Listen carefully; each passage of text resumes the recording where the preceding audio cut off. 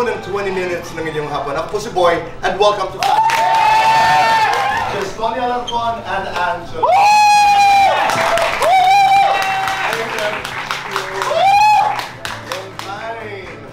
I became someone very brave. Matapang po talaga.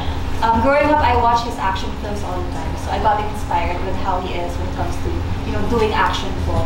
Kaya rin po ako nag-taekwondo. I pursued getting my black belt because of him. Kasi I got inspired po talaga sa mga action movies niya. And I wanted to be someone like him. Someone tough, someone who knows how to defend herself. So, yun po.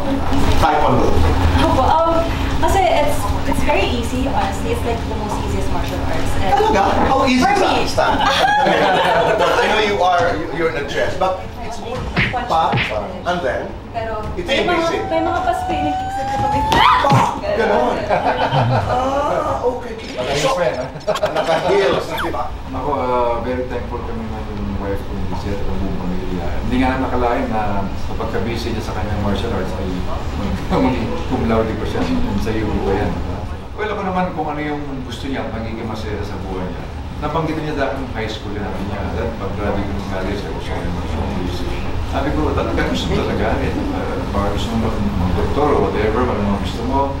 Sabi niya, sige, susubukan ko itong nanawakan niya. So sabi ko, sige, tapusin mo para at least. Pag nagsawa ka, syempre tayo mo na, meron kang fallback na, meron pwede kang ibang career. Naging priority po talaga dito boys to graduate talaga para may fallback just in case. Kasi kapag payagan ka rin. Well, siyempre, hindi naman yung siyempre yung family background. Okay. Same time kung may okay naman yung bata, at makita ko naman kung okay naman yung intention sa kanya.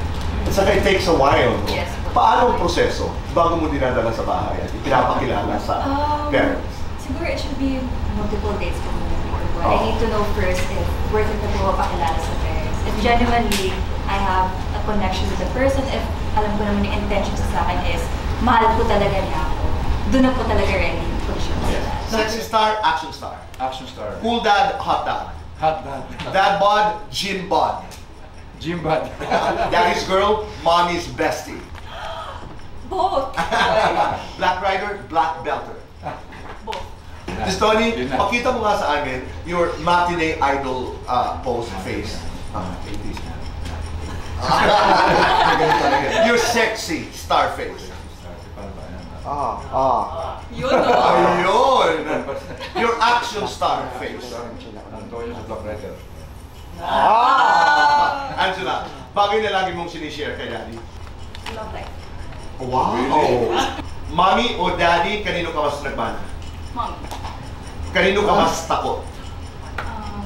Daddy. Jess, lights on or lights off? Ano ba yung license sa kalay? Basta. Joke lang. Sagot ko talaga. Basta. Happiness or chocolates? Happiness. Best time for happiness. Angela, complete the sentence. Anak ako ni Jess Tony Alarcon, kaya? Kaya mahilig din ako sa action. Wow!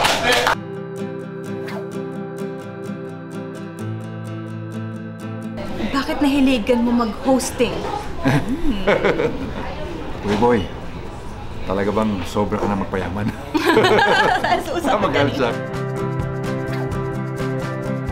Ang saya-saya, as in, hindi pa rin ako makapaniwala hanggang ngayon kasi bata pa lang ako, pinapanood ko na siya. And just to be here, interviewed by him, means so much. And yeah, it was very fun doing it with my dad especially. Yeah, so I'm so happy also. And it's a great honor na tayo na-invite dito kay Kuya Boy. Yes. Talagang #1 talk show host talaga siya. God bless you, Kuya Boy. God bless you. Thank you so much for having us.